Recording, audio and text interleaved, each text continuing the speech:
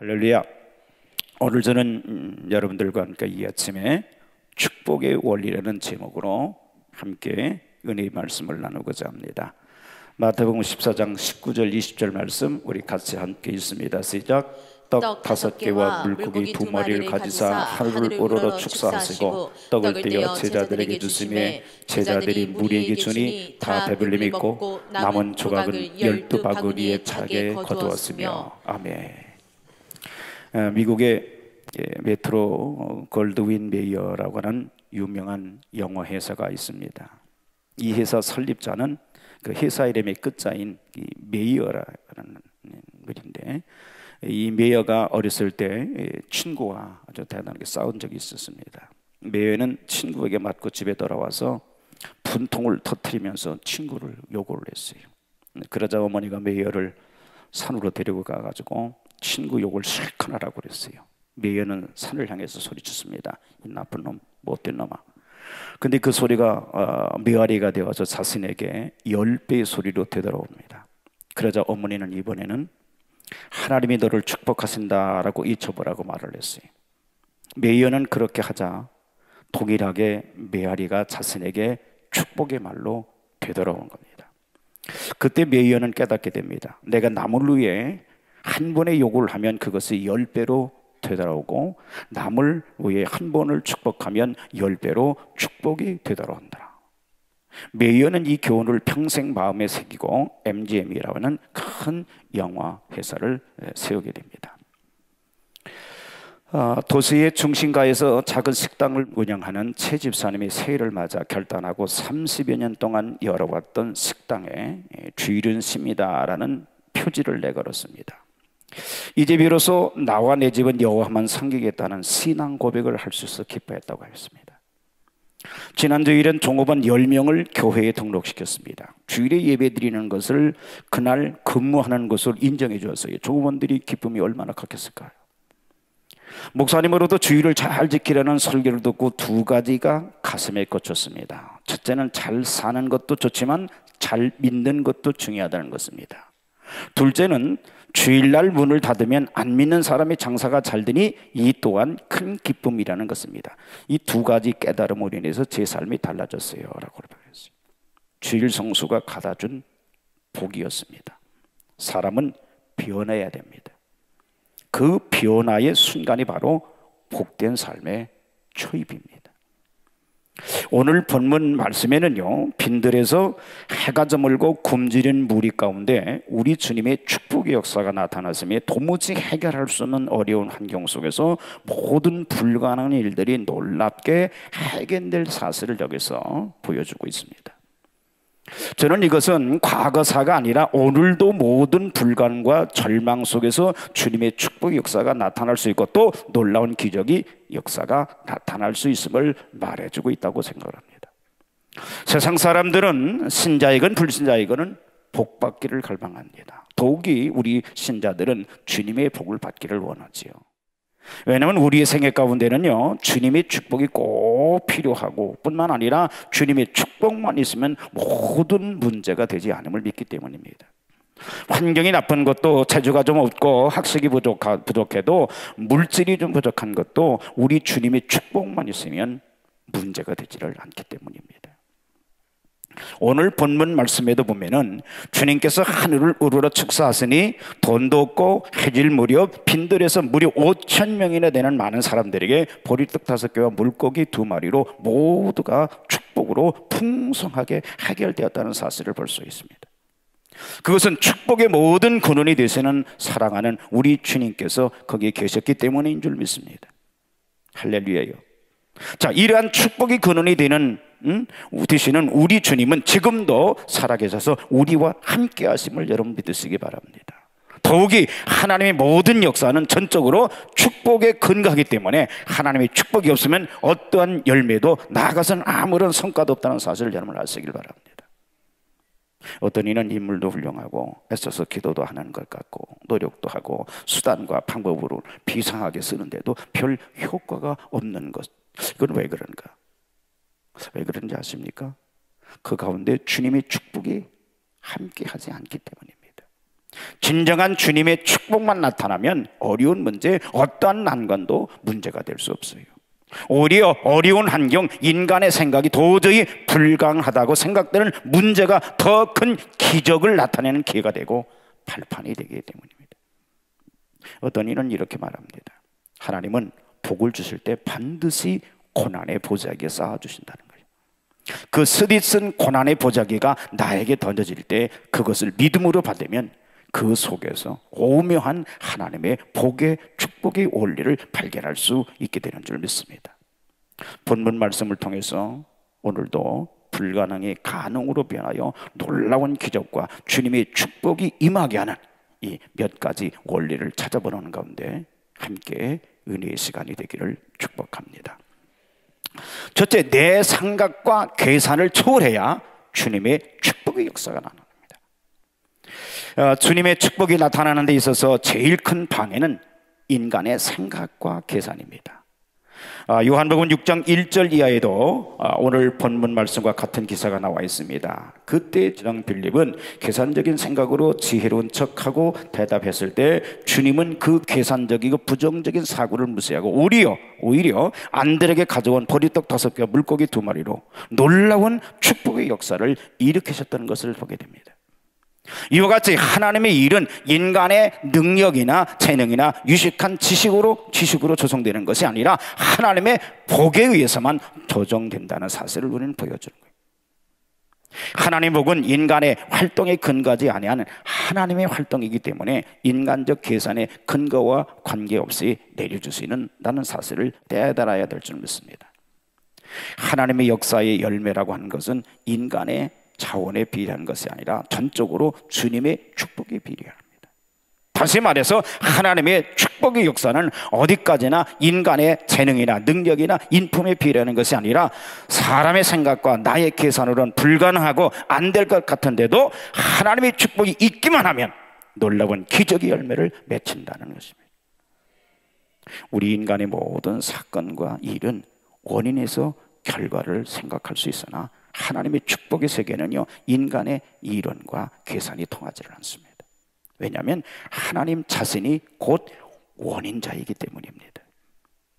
성경에 보면 예수님을 잃고 시리에 차서 바닷가로 가서 고기를 잡던 어부 베드로는 밤새도록 고기를 잡았다면 한 마리도 못 잡고 피곤에 지쳐 있을 때 예수님께서 나타나셔서 깊은 곳으로 가서 그 그물을 던지라고 말씀했죠. 그 말씀에 순종했더니 그물이 찢어질 만큼 많은 고기를 낚았어요.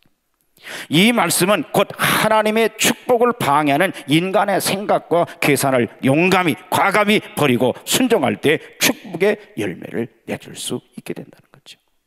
우리는 때로 내 생각과 계산으로 이것이 선이다, 이것이 유익하다, 옳다 하는 것까지도요 버려야 할 때는 과감히 버려야 됩니다. 왜냐하면 나의 생각과 전능하신 하나님 생각과는 차원이 다르기 때문입니다. 오늘날 많은 사람들은 자기 생각, 자기 양심의 기준만 세워놓고 옳고 그름을 판단합니다. 그것은 전적으로 하나님의 생각과 차원을 모르기 때문인 거예요. 우리의 행동 원리는 이것이 옳으냐 그르냐는 것이어서는 안 돼요. 오직 내 안에 거하시는 생명의 주 예수 그리스도를 기뻐하시냐가 문제가 되어야 할 겁니다. 따라서 나의 생각과 계산을 속히 초월해서 하나님 말씀의 인도를 받고 성령의 감동에 순종하는 우리 축복의 성도들 다 되시기를 주님의 이름으로 축복합니다. 다시 말하면 고집을 내려라는 거예요. 둘째, 보리떡과 물고기를 바친 소년과 같은 절대적인 헌신이 있어야 됩니다.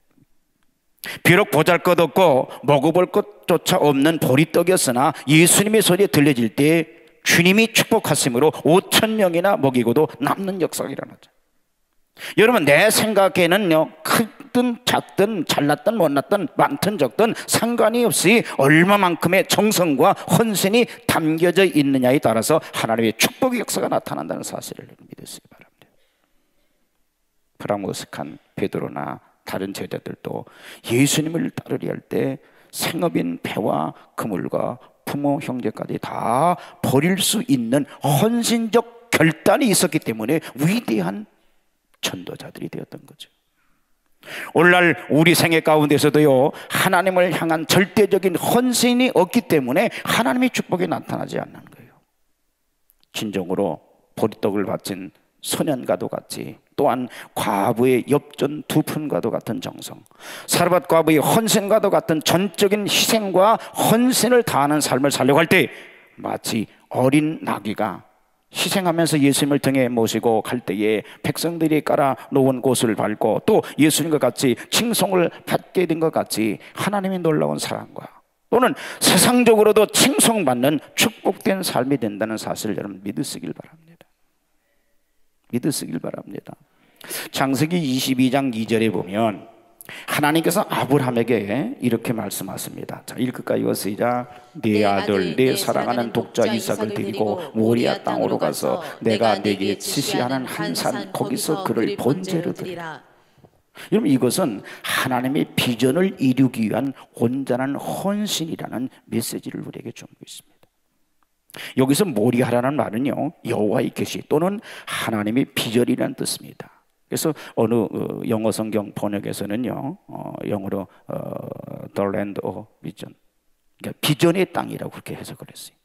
참으로 이 모리아 산의 사건을 통해서 하나님께서는 아브라함에게 분명한 하나님의 비전을 보여주셨고, 아브라함은 하나님의 말씀을 믿고 온전히 헌신하는 모습을 보여주고 있는 거예요. 창세기 22장 1절에 또 있습니다. 시작. 그 일 후에 하나님이 아브라함을 시험하려고 그를 부르시되. 여기 그 일 후에라는 말은요, 창세기 21장에 나오는 내용으로서 아브라함이 하갈과 이스마엘을 집에서 추방되기를 하는데 그 후에라는 것으로, 그래서 그동안 이스마엘을 의지했던 아브라함의 마음이 매우 허전한 때이고 또 그에 비해서 아직 어린 그 철부지 이삭을 바라보는 마음이 안쓰럽기도 한 그런 때라는 거예요. 그런 때에 하나님께서 아브라함의 믿음이 어떠한지를 테스트해 보기 위해서 이삭을 번제로 바치라고 하신 겁니다. 아브라함이 하나님의 부르심을 받아 갈대의 우르에서 나온 지도 벌써 30수년이 흘렀어요. 창세기 12장 1절에서 하나님께서는 아브라함을 부르시면서 복의 근원으로 삼겠다고 하시면서 하늘의 별과 같이 바다의 모래같이 많은 자식을 주겠다고 하셨어요. 그러나 그것은 인간적으로는 아무리 생각해봐도 불가능한 일인 거예요. 아브라함은 70이 넘어 자식을 낳겠다고는 생각조차 할 수 없는 상황이었어요. 근데 하나님이 자식을 주겠다고 하니까 하나님의 말씀을 믿고 낳았지만 10년이 지나도 아이가 없자 결국 여종 하갈을 취해가지고 이스마엘을 낳았죠. 그 후에 또 10년이 흘려고 지나고 100세가 되어서도요, 극적으로 이삭을 낳습니다. 그런데 이삭이 태어나자 이스마엘과의 갈등이 있어서 이스마엘을 하갈과 함께 쫓아내보내라고 내보내고 어린 이삭을 보면서 위로받고 소망을 가지고 살고 있었던 거예요. 그런데 하나님께서 느닷없이 이삭마저도 번제로 드리라는 거예요. 번제는 소를 잡고 양을 잡아서 각을 뜨고 불로 태워서 드리는 제사, 인신제사라는 거예요. 그 아들을 그렇게 태워서 바치라니 참으로 이게 말 같은 소리야. 청천벽력 같은 일이었어요. 그러나 이것은 바로 아브라함이 참으로 하나님을 믿는지 아닌지, 그리고 하나님의 비전을 같이 이루어갈 수 있느냐 없느냐는 것을 테스트하는 것이었어요. 오늘날 우리들에게도 하나님의 이런 시험을 많이 합니다. 하나님은 우리가 도저히 할 수 없는 일을 하라고 말씀하실 때가 있어요. 우리의 능력이 조금밖에 없는데도 큰 일을 하라고 하시기도 합니다. 그리고 나에게 있어서 가장 귀중한 것을 바치라고 하시기도 하고, 심지어는 생명까지도 내놓으라고 하실 때가 있어요.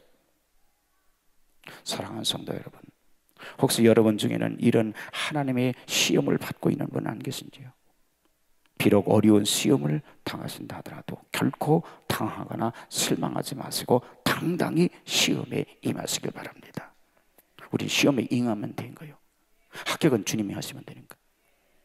하나님이 하시는 시험은 결코 망하게 하거나 떨어뜨리기 위한 게 아니에요. 오히려 우리의 믿음을 확정하고 더 큰 은혜로 인도하시기 위한 방편임을 여러분 아시길 바랍니다. 아브라함은 하나님의 시험에 거뜬히 합격한 것을 보여줘요. 아브라함은 하나님의 말씀을 듣고는 그대로 순종해서 이삭을 번제로 드릴 준비를 다해서 나귀에 물건을 싣고 아들을 데리고서 모리아 산을 향해 갑니다. 그리고 창세기 22장 10절에 12절에 보면은 아브라함이 하나님 말씀대로 아들을 잡으려고 칼을 드는 순간 하나님이 다급하게 아브라함아 아브라함 하고 부르습니다. 자, 그리고 12절에 읽습니다. 우리 함께 시작. 그 아이에게 네 손을 대지 말라. 아무 일도 그에게 하지 말라. 내가 네 아들 네 독자에게도 내게 아끼지 아니하였으니 내가 이제야 네가 하나님을 경외하는 줄 아노라. 가장 귀한, 정말 지금 이스마엘로 내보낸 거예요. 하나밖에 없는 게 기댈 때는. 근데 가장 귀한 아들을 아끼거나 주저함 없이 번제로 드리는 아브라함을 보시고 하나님께서는 시험에 거뜬히 합격했다고 선언하시는 거예요. 합격! 오늘날 우리들도 이렇게 하나님 말씀을 믿고 온전히 순종하고 나의 모든 것을 온전히 헌신할 수 있어야 되는 거예요. 히브리 12장 8절 보면은 믿음으로 아브라함은 부르심을 받을 때 순종하여 장래 유업으로 받을 땅에 나갔다고 그랬어요. 참으로 아브라함은 하나님을 온전히 믿음으로 모든 말씀에 순종하고 이삭을 드리라고 했을 때도 하나님을 전적으로 믿고 번제를 드린 거예요. 오늘 우리들도 하나님을 향한 절대적인 믿음이 있어야 돼요. 하나님을 향한 참된 믿음이 없으면 참된 헌신을 할 수 없고 진정한 헌신이 안 되면 믿음의 역사가 일어날 수가 없는 거죠. 하나님이 우리에게 요구하시는 믿음과 헌신은 이 세상의 방법을 뛰어넘은 거, 인간적인 판단을 초월하는 것입니다. 하나님께서 스스로 우리에게 주신 물질을 내놓으라고 하시고 건강을 내놓고 심지어는 생명까지도 다 내놓으라고 했습니다. 그렇게 요구했을 때에도 우리도 아브라함같이 온전히 믿고 다 드릴 수 있어야 될 줄 믿습니다. 그런데 우리는 얼마나 거역하고 핑계를 대고 도망가려 하는지 몰라요. 우리는 너무 계산적이고 이해타산적이 되어서 하나님께 온전한 헌신을 잘 하지 못합니다. 그러니까 하나님의 시험에 불합격하고 은혜도 받지 못하고 겨우 자기 생각이나 자기 수준에 머물러 있고 하나님의 비전도 안 보이고 하나님의 능력도 나타낼 수가 없는 거죠. 사랑하는 여러분, 여러분에게는 가장 귀한 것이 무엇입니까? 그것을 하나님께 온전히 다 드릴 수 있습니까? 우린 아브라함같이 온전한 헌신함으로 하나님의 시험에 합격하는 여러분 되기를 주님의 이름으로 축복합니다. 시험에 합격하면 약속의 축복은 임하게 되는 줄 믿으시기 바랍니다.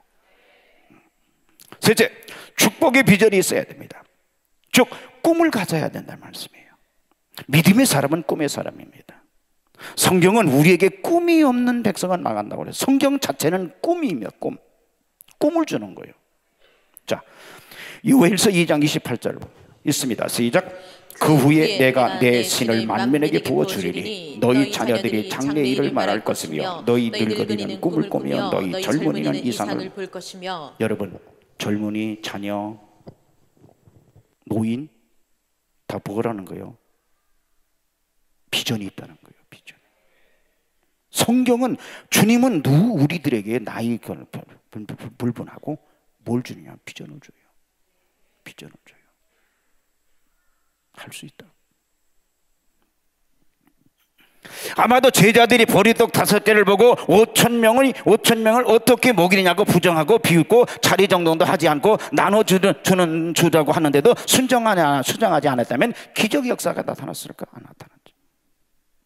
창세기 22장 16절에 17절에 보면 하나님은 아브라함에게 이삭을 번성하게 해서 정말 하늘의 별과 같이 바다의 모래가 같이 많게 해 주셔야겠다고 말씀했어요. 이것은 하나님께서 아브라함을 열국의 아비가 되게 하겠다고 말씀하신 비전이 결코 헛된 것이 아니라는 것을 다시 한번 확인시켜 주신 말씀입니다. 참으로 이삭을 번제로 드리는 온전한 헌신을 통해서 아브라함은 아브라함대로 하나님을 향한 온전한 믿음과 헌신의 모습을 보였고, 하나님은 하나님대로 하나님이 계획하신 비전을 이룰 수 있었음을 확신시켜 준 거예요. 우리가 신앙생활하는 것은 하나님께서 우리를 통해서 이루셔야 되는 하나님의 비전을 바라보고 그것을 이루기 위해서 전적으로 순종하는 삶인 거예요. 우리가 어떤 경우라도 하나님 말씀을 전적으로 믿고 온전히 헌신할 때 하나님 비전이 보이게 되고 하나님 뜻을 하나하나 이루어 가게 되는 줄 믿습니다. 아브라함도 처음에는 열국의 아버지가 된다는 것이 믿기지 않았을 겁니다. 그러나 하나님을 믿고 순종하며 하나하나 헌신해 나가다 보니까 모든 것이 착착착 이루어져 가게 되는 거예요. 하나님은 약속한 대로 100세 된 아브라함에게 약속대로 이삭을 주시잖아요. 이번에도 이삭을 번제로 드리라는 하나님의 말씀을 들었을 때는 정말 앞이 깜깜하지만 하나님을 믿고 모리아산으로 가고 말씀대로 이삭을 번제로 드렸을 때 그 다음에 하나님이 예비해 놓으신 것들이 보이게 되는 거죠. 그래서 창세기 먼저 22장 13절이니까 여호와의 이레요 예비된 수양이 보이고 이삭이 살아났을 뿐만 아니라 이삭을 통해 수많은 믿음의 자손들이 태어나고 그들이 민족을 이루고 그야말로 한 사람의 아비 된 아브라함이 열국의 아비 아브라함으로 만약 아브라함이 이삭이 아깝고 하나님을 믿지 못해서 이삭을 번제로 드리지 않았다면 단순히 이삭의 아버지로 맞췄을 겁니다. 그러나 이삭을 하나님의 손에 들림으로 말미암아 하나님의 능력의 역사에서 하늘의 별과 같고 바닷가의 모래알 같은 수많은 자손을 낳게 하는 열국의 아비가 되죠. 오늘날 우리들도 하나님을 믿고 온전히 헌신하면 하나님께서 우리를 위해 예비하신 은혜의 손길이 보이게 되는 거예요. 무엇보다도 우리를 향한 어린 양 예수 그리스도를 우리의 구세주로 예비하신 것이 보이고 나아가 우리를 위해서 예비하신 저 천국이 보이고 우리가 그것을 바라보고 살아갈 때에 결국 우리는 천국으로 들어가게 될 것을 볼 수 있는 줄 믿습니다. 그리고 우리가 온전히 헌신하면 우리를 통해서 하나님의 신적인 능력이 나타나고 하나님의 놀라운 일들이 이루어지게 되는 줄 믿습니다. 우리 기독교는 보고 믿는 것이 아니고 믿으면 보여지는 거예요. 하나님이나 천국을 봐야 믿는 것이 아니라 믿으면 하나님도 천국도 보이는 거예요. 세상 사람들은 하나님을 보여주고 천국을 보여주면 믿겠다고 합니다. 그러나 그것은 믿음이 아니고 믿음이 없으면 아무리 보여줘도요 안 믿어요. 의심합니다. 그래서 하나님을 보여주고 천국 보여주면 믿겠다고 또 보여준다고 하는 자들을 예를 믿으면 안 돼요. 하나님이라 천국은 우리가 아무리 노력해도 보여줄 수가 없어요. 자기가 믿어야 볼 수 있는 거예요. 예수님을 기다리는 대강절이 시작됐는데 이미 예수 그리스도께서 약속하신 대로 이 땅에 오셔서 우리를 위해서 유월절 어린 양이 되어 십자가에 죽으셨지만 믿음이 없으니 보이지 않는 거예요. 믿음은 보이는 거예요. 아멘. 우리가 하나님에 대한 온전한 믿음이 있고 온전하게 헌신이 되면 영적인 안목이 열리고 하나님의 손길이 보이고 천국의 모습이 보이는 거예요. 이삭이 번제로 드려졌던 이 모리아산에 나중에 하나님의 성전이 세워지잖아요. 역대하 3장 1절에 보면은 솔로몬이 바로 이곳에 성전을 세우게 되는데 이것은 장차 영원한 예루살렘 성전이 저 천국으로 연결되는 겁니다. 우리가 하나님께 온전히 헌신된 삶을 살면 모든 것이 천국으로 연결되는 것 줄 믿습니다. 그것이 천국처럼 좋아서가 아니라 비록 고난이 있고 심지어 내 몸이 번제로 드려지는 것처럼 희생된 무채생 제물이 된다 하더라도 하나님이 함께 하시니 거기가 천국입니다. 초가상감. 사랑하는 간수교 성도 여러분, 모리아산의 사건에서 우리에게 깨달아야 될 것은요 바로 온전한 헌신입니다. 참된 믿음은 온전한 헌신으로 나타납니다. 오늘날 우리들도 나를 향하신 하나님의 비전을 바라볼 뿐만 아니라 온전한 헌신의 삶을 통해 하나님의 뜻을 하나하나 이루어 가야 될 줄 믿습니다. 우리 모두 하나님을 온전히 믿고 순종하고 헌신해서 하나님이 예비하신 더 그 놀라운 믿음의 역사를 이루어가는 여러분들 다 되시기를 주님의 이름으로 간절히 축복합니다. 그 만나교회를 담임하셨던 김우영 목사님께서 군목으로 있을 때 34,000원의 월급을 받았다고 그래요. 장교 월급이. 근데 그때 쌀 한 가마니까 38,000원이었는데 그 시절에 이 김 목사님의 가족이 식구가 여섯이에요. 근데 그 월급으로는 근근히 살아가고 있었다. 근데 하루는 그에게 소속 교회 건축할 때 헌금을 가장 많이 내라는 하나님 주님의 음성이 들려왔다. 하지만 아무리 생각해도 방법이 없어서 3번이나 주의 음성을 거절했더니 기도가 막히고 하나님과의 관계가 단절되는 것 같았다. 그는 안 되겠다 싶어가지고 제대를 신청을 했다. 당시 군복의 제대가 힘들었지만은 6번 군종감을 통해서 제대 신청을 해서 승인을 받게 됩니다. 그래서 퇴직금으로 102만 원을 받아가지고 건축 헌금과 감사금을 드렸다. 그리고는 이제 막막한 거예요. 갈 데가 없어. 근데 당장에 살 길이 없어서 막막한 그때 하나님께서 다 예비하셔서 교회 임지를 허락하셔서 부임하게 하고, 교회에서 부임하자 사택도 주고 월급도 10만 원 해주더라고요. 그 모든 것이 순종으로서 얻어진 축복이었다는 거예요. 여러분, 믿음의 꿈을 갖고 그것이 크면 클수록 하나님은 그의 믿음대로 이루어 주시는 줄 믿으시기 바랍니다. 성경은 우리에게 내 입을 크게 열라 내가 채우리라고 말씀하고 있습니다. 예수님께서도 너희 믿음대로 될지어다고 말씀했어요. 히브리서 기자는 믿음은 바라는 것의 실상이라고 말씀해요. 우리의 허영심이나 정욕으로 허망한 꿈을 가진다면 안 되겠지만은 진정 하나님의 영광을 위해서 헌신하며 사는 사람에게는 그의 믿음대로 꿈대로 이루어 주실 줄 믿습니다. 그걸 믿으시기 바랍니다. 인간적인 사고 방식으로는 부정적이고 소극적이 되기 쉽습니다. 그러나 하나님의 지혜와 능력을 믿고 비전을 갖고 걸어나갈 때 주님은 그러한 자의 편이 되셔서 축복을 허락하시는 줄 믿습니다. 사랑하는 성도 여러분, 아무쪼록 내 생각을 버리고 절대적인 헌신과 축복에 대한 확실한 믿음과 비전을 갖게 될 때 하나님 무한한 축복의 역사가 여러분들을 통해서 나타나게 되실 줄 믿습니다. 이 축복의 원리를 믿고 믿음으로 나가셔서, 아멘, 다 예수 믿고 복 받았다 간증거리가 될 수 있는 축복의 주인공 다 되시기를 주님의 이름으로 간절히 축복합니다. 자, 우리 말씀 생각하시고서 왜 내가 복을 못 받는가? 우리가 복을 주시려고 우리 주님이 오시는데 그 주님을 전적으로 신뢰하고 믿으셔서 그 약속의 축복을 꼭 내 것으로 만드는 내가 될 수 있게 해달라고 우리 두 손 드시고 우리 주여 삼창와서 함께 우리 동성으로 기도하겠습니다. 주여 주여 주여.